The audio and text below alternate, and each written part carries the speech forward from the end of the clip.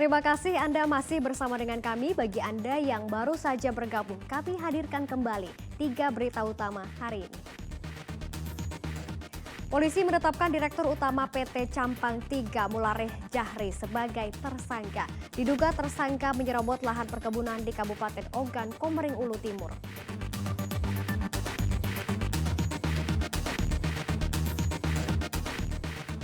Seorang pelaku pencurian sujud syukur usai kasusnya tidak dibawa korban ke ranah hukum. Pelaku nekat mencuri uang milik Bintara Polri di Mapolrestabes Palembang.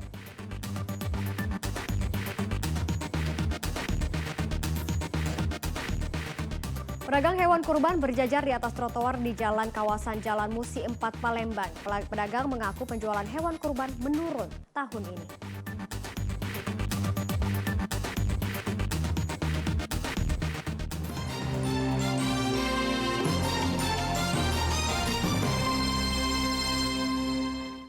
Polisi menetapkan Direktur Utama PT Campang 3 Mulareh Jahri sebagai tersangka. Diduga tersangka menyerobot lahan perkebunan PT Laju Perdana Indah di Kabupaten Ogan, Komering Ulu Timur.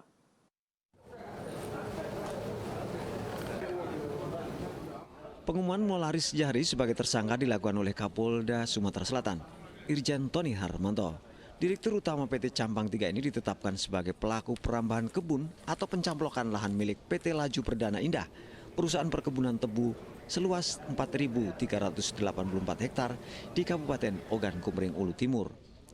Dari hasil pemeriksaan 30 saksi dan bukti-bukti, disimpulkan oleh tim gabungan tindak pidana tertentu dan Subdit Perbankan Direktorat Reserse Kriminal Khusus Polda Sumatera Selatan bahwa tidak ada tumpang tindih antara areal HGU atau hak guna usaha PT Laju Perdana Indah dengan HGU PT Campang 3. Dari hasil analisa PPATK, polisi juga menemukan unsur tindak pencucian uang yang dilakukan tersangka. Tetapi kita Direktorat Kriminal Khusus tidak berhenti dalam masalah tindak pidana perkebunan saja, karena dari hasil kegiatan yang kita nyatakan bahwa ini ilegal, itu ada hasil kegiatan berupa uang, uang yang sangat besar, ya, sekian belas tahun, yang kemudian digunakan, dan kita tegaskan lagi bahwa dari hasil pemeriksaan PPATK menegaskan bahwa inilah hasil uang kejahatan ilegal, juga kita masukkan dalam kasus kejahatan tindak pidana pencucian uang terhadap yang bersangkutan. Dan mereka melakukan kegiatan pembebasan tanah seluas kurang lebih 5.600 hektar. Di kemudian hari diketahui bahwa sebagian besar yang dibebaskan oleh PT Campang 3 terletak pada lokasi izin lokasi yang dimiliki oleh PT LPI. Apa yang disebut akhir tadi kurang lebih 4.300 hektar. Nah, ini ada 4.500 yang dikuasai oleh PT Campang 3 ternyata terletak pada izin lokasi yang dimiliki oleh PT LPI. Tersangka Mulareh Jahri telah diperiksa sejak Senin malam. Sehari setelahnya polisi menetapkan sebagai tersangka dan langsung ditahan. Polda Sumatera Selatan menunjukkan bukti-bukti dan foto kebun tanpa foto tersangka. Mulareh Jahri dijerat dengan pasal 107 tentang perkebunan dan Undang-Undang Nomor 8 Tahun 2010 tentang pencegahan dan pemberantasan tindak pidana pencucian uang dengan ancaman pidana penjara 20 tahun dan denda 10 miliar rupiah.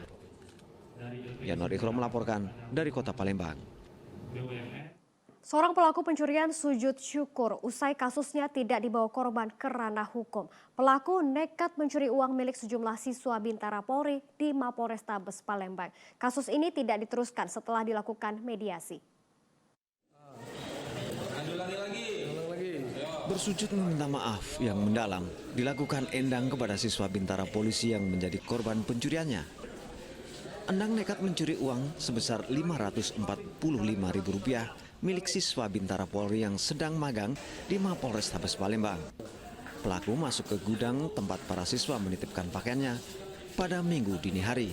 Endang pun mengakui perbuatannya karena bukti-bukti kuat mengarah ke dirinya. Untungnya kasus ini tidak diteruskan ke jalur hukum setelah dilakukan mediasi. Polisi mengambil langkah restoratif justice. Kali kami Satreskrim Polrestabes Palembang memang menangani ada pencurian uang, di mana memang korbannya itu adalah siswa-siswa magang ya dari SPN yang belum menjadi polisi, dia magang di sini, dia tidur di belakang, terus terjadilah pencurian uang dan alhamdulillah pelakunya juga sudah diamankan. Nah, kami karena memang ada wadahnya sekarang restorasi justice, kami lakukan restorasi justice terhadap perkara tersebut. Kami semua tidur di dalam masjid.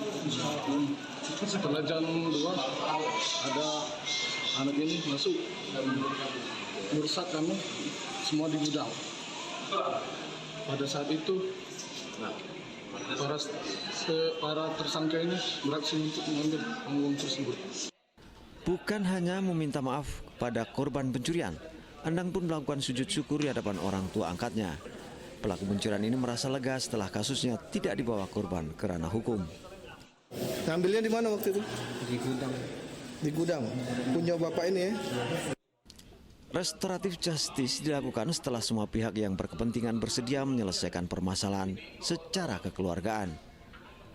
Meski lolos dari jeratan hukum, namun pelaku Endang diminta untuk tidak mengulangi semua perbuatannya yang melanggar hukum. Dedi Irwansyah melaporkan dari Kota Palembang. Informasi lainnya untuk Anda pedagang hewan kurban berjajar di atas trotoar di jalan kawasan Jalan Musi 4 Palembang untuk berjualan dan mendirikan kandang kambing. Pedagang mengaku penjualan hewan kurban menurun tahun ini. Meski Hari Raya Idul Adha masih lebih dari 2 pekan, namun pedagang hewan musiman mulai ramai di kawasan Jalan Musi 4 Palembang. Mereka terlihat menempati trotoar jalan untuk memajang kambing dagangannya. Bahkan kandang kambing pun mulai dibuat di sepanjang jalan ini. Kambing yang dijual di kawasan ini dibanderol mulai dari harga 3 juta hingga 5 juta rupiah, tergantung dari besar dan jenis kambingnya. Tergantungnya kambing yang ini, kalau yang ini 5,5, ini 4,5, yang baru itu 4. Oh, lain ukuran ya. 45 jutaan ya? Iya, 45 juta. Iya. Pak, ini sejak kapan miara kambing-kambingnya? Oh, ini lama juga sudah. Kita lagi sekarang kan dari sini langsung. Sudah berapa tahun lagi gitu? Ini bukan berapa tahun, 2 tahunan lah. Oh, buat haji untuk haji Namun merebaknya wabah PMK membuat pedagang hewan kurban belum mendapatkan hasil yang diharapkan sampai saat ini. Padahal jika kondisi normal, kambing yang terjual bisa mencapai 15 hingga 20 ekor. Tetapi saat ini baru 10 ekor kambing yang laku. Dedi Irwansyah melaporkan dari Kota Palembang. Informasi lainnya untuk Anda, berbagai jenis ikan hias sukses dikembangkan di Kabupaten Ogan Ilir. Selain menyerap banyak tenaga kerja, budidaya ikan hias berpotensi menambah pendapatan asli daerah.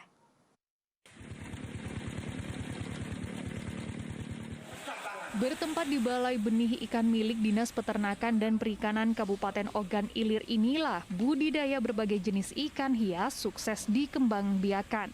Mulai dari jenis koi, arwana, hingga ikan mas koki impor yang didatangkan langsung dari Jepang. Budidaya ikan hias sengaja dipacu di Kabupaten Ogan Ilir karena dilihat pemerintah Kabupaten Ogan Ilir banyak menyerap tenaga kerja serta berpotensi menambah pendapatan asli daerah atau PAD Kabupaten Ogan Ilir. Kita sudah menyiapkan payung hukumnya untuk retribusi ini, jadi sudah kita atur. Nanti mulai dari mungkin anakan, size 10 cm, 15 cm, 20, 25 sampai ke indukan itu sudah akan diatur secara tertulis di dalam aturan daerah. Maka itu kita berupaya untuk membudidayakan ikan koi ini secara standar, kemudian juga dengan dalam skala besar.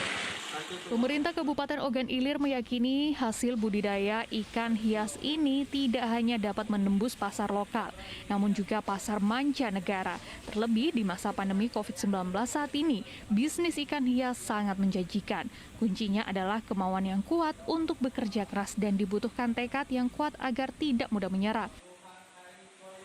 Dedi Ruansyah melaporkan dari Kabupaten Ogan Ilir. Laporan tersebut mengakhiri berita Palembang hari ini. Saya Janet Lee berterima kasih atas perhatian dan kebersamaan Anda. Selamat beraktivitas dan sampai jumpa.